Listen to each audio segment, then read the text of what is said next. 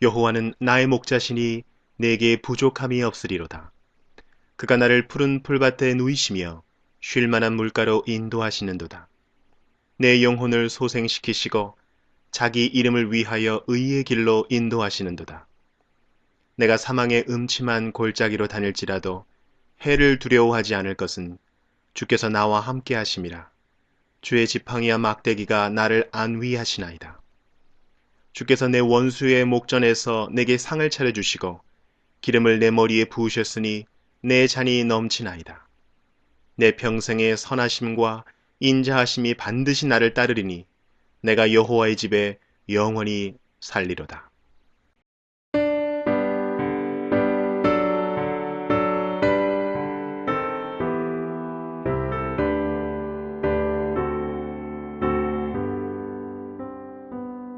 찬양 성부 성자 성령 성삼위일체께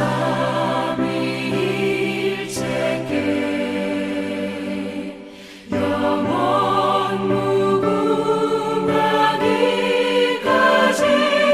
영광을 돌리세 영광을 돌리세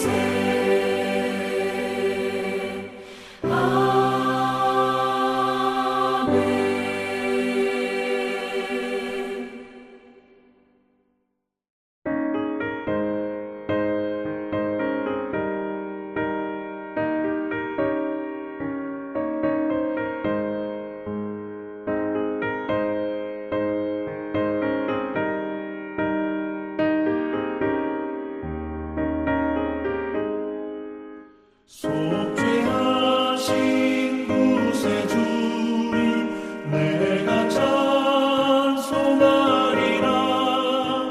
내게 자유 주시려고 주가 고난당했네.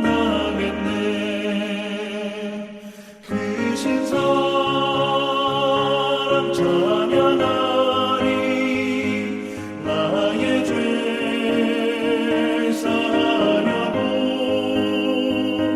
십자가에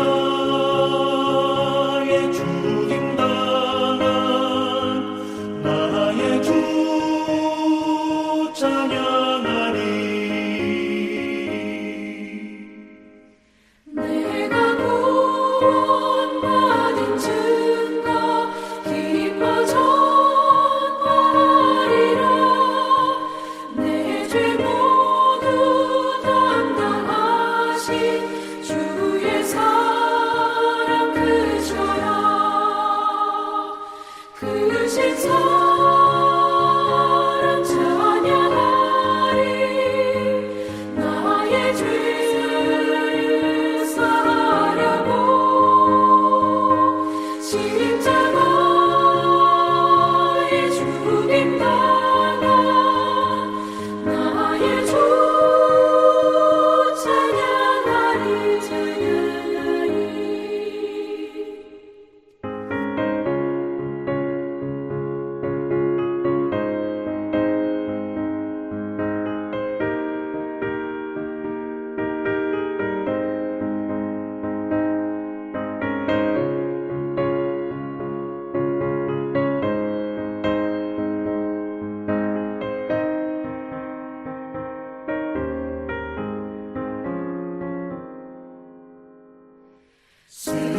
승리하신 구세주를 내가 찬송하리라. 죄와 죽음 지옥 권세 주가 모두 이겼네. 크신 사랑 찬양하리. 나의 죄 사하려고 십자가에 죽임당한 나의 주 찬양하리. 고마우신 구세주를 내가 찬송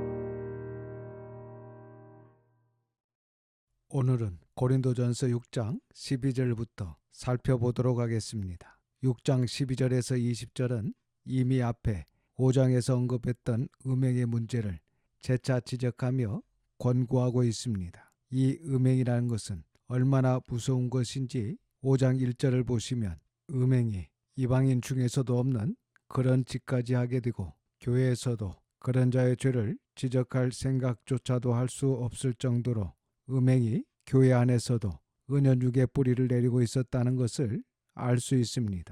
그러니까 5장에서는 특별히 베르나에 대한 지적과 함께 권정을 촉구하고 고린도 교회를 책망하였습니다. 오늘 말씀에서도 계속해서 음행에 대해서 말씀하시면서 일반적인 음행의 문제, 즉 음행의 문제에 대해 보다 본질적인 차원에서 지적하시며 권고하시며 음행을 피하라고 하십니다. 그리고 7장에서는 음행을 피하기 위하여 남자마다 자기 아내를 두고 여자마다 자기 남편을 두라고 말씀하시며 한 남성과 한 여성과의 결혼으로 이루어진 가정을 가지고 분방하지 말라고까지 하십니다. 그 이유는 너희가 절제하지 못함으로 사탄이 너희를 시험하지 못하게 하려 함이라고 하시고 심지어 6장 9절과 10절에서는 하나님의 나라를 유업으로 받지 못한다고까지 하십니다. 이 음행이 개인과 가정과 모든 것을 파괴시킬 정도로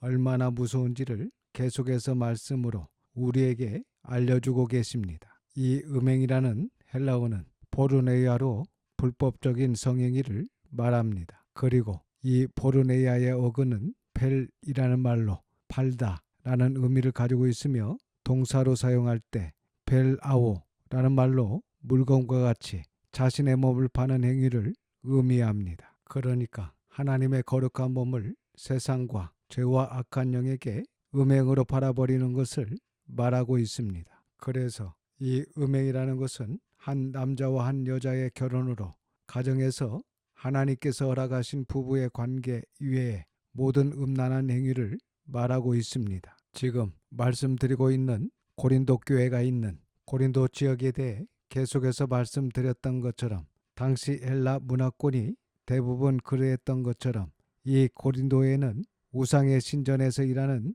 여자 사제가 있었습니다. 이 여자 사제는 신전 안에서 재물을 가지고 오는 남성들과 성행위를 하는 장녀인데 약 1,000명가량 있었다고 합니다. 그래서 남자들을 상대로 매춘을 하는 것이 일반화되어 있었고 너무나 보편화되어 있었기 때문에 당시 사람들이 매우 음란하다라는 말을 할 때 마치 고린도인과 같다 이렇게 표현했다고 합니다. 그러니까 헬라어로 고린도인이 되다라는 고린티아 조마이라는 말은 성적으로 부도덕하게 되다라는 뜻으로 통용될 정도였다고 합니다. 그래서 이러한 것들을 봐서 당시 고린도 지역이 얼마나 음란했는지를 알 수 있습니다. 그런데 문제는 고린도 지역의 사람들은 그렇게 음란하다 하더라도 성도들은 성적으로 깨끗해야 됩니다. 그러나 성도들 중에서도 일부가 여전히 성적으로 옛 습성을 버리지 못한 자들이 있었다는 것입니다. 그래서 음행 문제에 대해 다시 지적하며 권고하고 있습니다. 12절에서 15절입니다. 모든 것이 내게 가하나 다 유익한 것이 아니요 모든 것이 내게 가하나 내가 무엇에든지 얽매이지 아니하리라. 음식은 배를 위하여 있고 배는 음식을 위하여 있으나 하나님은 이것저것을 다 폐하시리라. 몸은 음란을 위하여 있지 않고 오직 주를 위하여 있으며 주는 몸을 위하여 계시느니라. 하나님이 주를 다시 살리셨고 또한 그의 권능으로 우리를 다시 살리시리라. 너희 몸이 그리스도의 지체인 줄을 알지 못하느냐? 내가 그리스도의 지체를 가지고 장녀의 지체를 만들겠느냐? 결코 그럴 수 없느니라. 12절 말씀은 인간에게는 모든 것이 알 수 있는 자유가 허용되어 있으나 모든 것이 인간에게 유익한 것은 아니라는 것입니다. 그러니까 우리가 모든 것을 할 수 있다고 해서 생각 없이 무분별하게 해서는 안 된다는 것입니다. 예를 들어 음란한 행위하는 것이 자신에게 자유라고 하여 음란한 행위를 하면 결국 그 음행이라는 죄가 그 사람을 얽매여 지배하게 되고 결국 그 사람은 그 음행이라는 죄의 노예가 되어 자유를 잃어버리게 되는 것입니다. 그래서 인간의 진정한 자유는 진리 안에서의 절제를 통해서만 얻을 수 있다는 것을 성경은 우리에게 분명히 가르쳐주고 있습니다. 13절 말씀에 이처럼 당시 고린도 교회 성도 중에 식욕을 채우기 위해서 음식을 먹는 것처럼 자신의 성욕을 채우기 위해서 음행하는 것은 정당하고 자연스러운 고난이다 라고 주장하는 사람들이 있었던 것 같습니다. 그래서 이러한 육체적 본능은 결국 마지막에 다 패하게 될 것을 말씀하면서 우리 몸, 여기 몸은 전 인격을 이야기합니다. 그러니까 우리 몸은 오직 주 예수님을 위하여 있으며 주는 인간의 영과 육 전 인격을 위하여 계신다고 말씀하고 있습니다. 그러면서 14절과 15절에서 말씀하십니다. 먼저 14절에 이렇게 예수님께서 십자가의 구속 사건을 통해서 우리의 전 인격을 위해서 계심을 나타내셨고, 그리고 지금 역시 이 시간 이렇게 말씀으로 저와 여러분을 변화시키고 계십니다. 그래서 예수님은 우리의 영과 육, 전 인격을 위해서 계시기 때문에 우리 역시 우리의 전 인격을 예수님을 위해서 드려야 한다는 것입니다. 그래서 15절을 다시 보시면 너희 몸이 그리스도의 지체인 줄을 알지 못하느냐? 내가 그리스도의 지체를 가지고 장녀의 지체를 만들겠느냐? 결코 그럴 수 없느니라. 이렇게 성도는 그리스도의 지체이기 때문에 그리스도의 지체로서 장녀와 한 몸이 되어서는 절대로 안 된다 라고 강하게 말씀하고 있는 것입니다. 계속해서 16절과 17절입니다. 장녀와 합하는 자는 그와 한 몸인 줄을 알지 못하느냐? 일러스되 둘이 한 육체가 된다 하셨나니 주와 합하는 자는 한 영이니라. 이렇게 장녀와 합한 자는 장녀와 한 몸이지만 주님과 합한 자는 영적으로 주님과 하나가 된 자로 말씀하고 있습니다. 즉 성적으로 타락하여 더럽혀진 죄악의 상태와 성도의 거룩한 신분을 선명하게 대조시킴으로써 고린도 교회의 성적인 부도덕에 대한 주의를 환기시키고 성도들의 참된 지향점은 그리스도와 합하여 거룩한 삶을 살아가는 것임을 말씀하고 있는 것입니다. 그러면서 계속하여 18절을 보시면 음행을 피하라. 사람이 범하는 죄마다 몸 밖에 있거니와 음행하는 자는 자기 몸의 죄를 범하느니라. 이 말씀은 음행이 단순히 육체에 행하는 자해적인 것 이상으로 인간의 전 인격을 손상시키는 치명적 결과를 가져온다는 것을 시사하고 있습니다. 음행하는 자는 자기 몸에 죄를 범한다라는 것은 그만큼 이 음행이 무서운 결과를 가져온다는 것입니다. 음행하는 자는 몸의 질서를 깨뜨려 건강을 파괴합니다. 음행하는 자는 마음의 평강을 깨뜨려 불안과 두려움과 마음의 온갖 병을 가져옵니다. 음행하는 자는 영혼의 질서, 곧 하나님과의 관계를 깨뜨려 기도의 자리, 말씀의 자리, 예배의 자리, 하나님께 가지 못하게 하면서 더 큰 죄를 짓게 하고 죄의 구덩이에 깊이 빠뜨려 그 음행에서 빠져나오지 못하게 합니다. 그리고 내가 가지고 있고 내가 소중하게 생각하는 가정도, 자녀도, 명예도, 성공도, 물질도 모두 다 빼앗기게 됩니다.